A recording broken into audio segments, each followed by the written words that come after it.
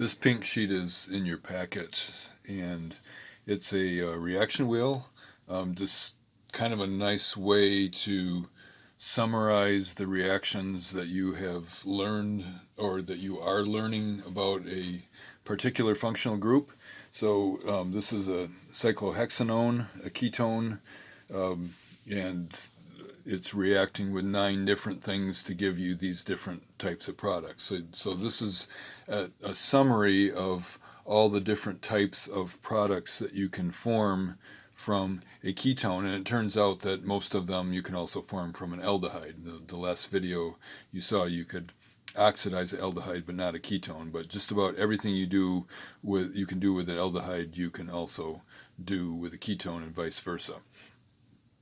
So you can start looking at these products and thinking about how you could get them. And we've already talked about that carbonyls are electrophiles, and if a nucleophile comes in and breaks the pi bond, then there's still a single bond to the oxygen, but we've added a nucleophile. So if you're looking over here, what you're seeing is that the nucleophile was the ethyl group, and so this used to be the carbonyl. Here you see that the nucleophile was a cyanide, so like sodium cyanide or something like that,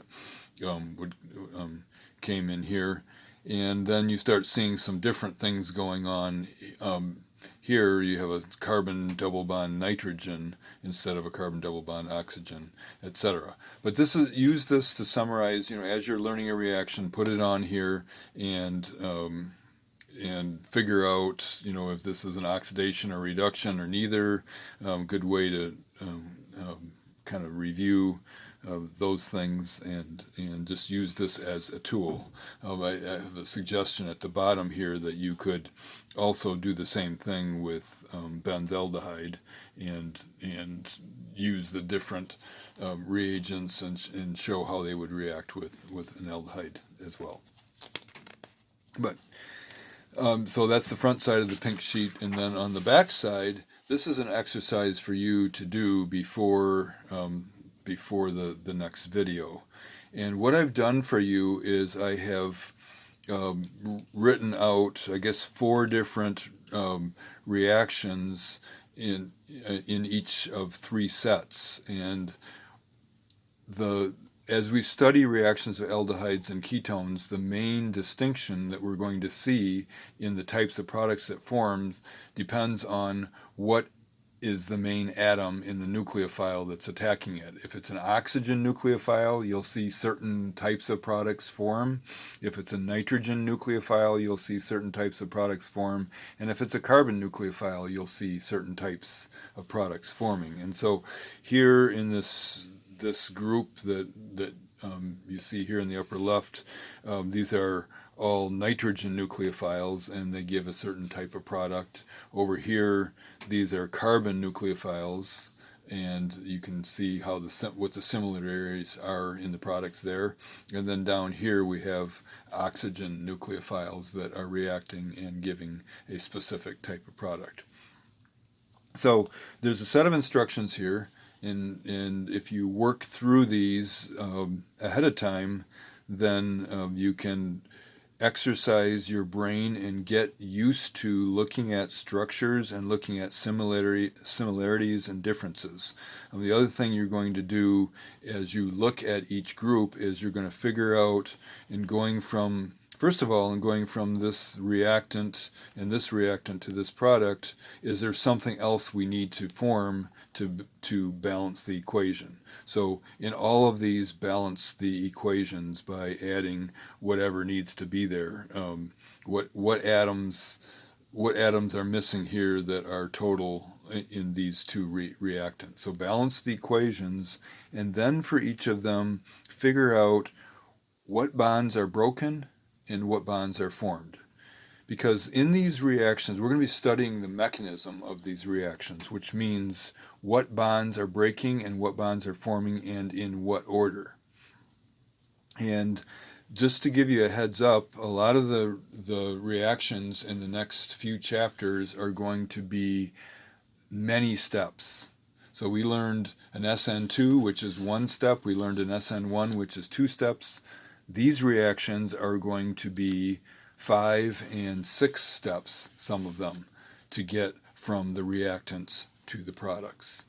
And you're going to learn about the logic of the steps. You're going to learn about how to predict what the next step would be, what the logic is, and why it's necessary to go through a certain step before another step, and things like that. But the first part of this process is you getting used to looking at an equation, balancing the equations, and then looking at and seeing what bonds are broken and what bonds are formed in the reaction. And so if I'm looking at this first one, I see that a double bond, a sigma and a pi bond, are broken between a carbon and an oxygen. So we're breaking a carbon-oxygen double bond here, because now there's no oxygen attached at all, and we have formed a carbon-nitrogen double bond there. And then we can see what bonds to hydrogen are broken, what bonds are formed. And as you're making these lists of bonds that are broken and formed, realize that if you break 4 bonds, you're going to make 4 bonds if you end up having neutral products. So we have neutral reactant, no charge, neutral reactant, no charge. Then if you're making products that are neutral, then you've got to make as many bonds as you are breaking. And so anyway, that's something to keep in mind. If you've found 3 bonds that break and only 2 bonds that are formed, then you're missing one. So take some time to work on this. It's going to take a little bit of time, but it's going to be worth your time. And those of you that, when I'm asking you to do something, pause the video and do something, or work through this exercise, those of you that are doing it are going to be much better off than those who are thinking that they're going to save time by not doing it and waiting for me to show you how to do it. Because if I'm doing it for you, then that's great until you have to do something for yourself on an exam. Okay, so that's it for this video, and the next video we'll go through these sets of reactions together and see what you were able to find.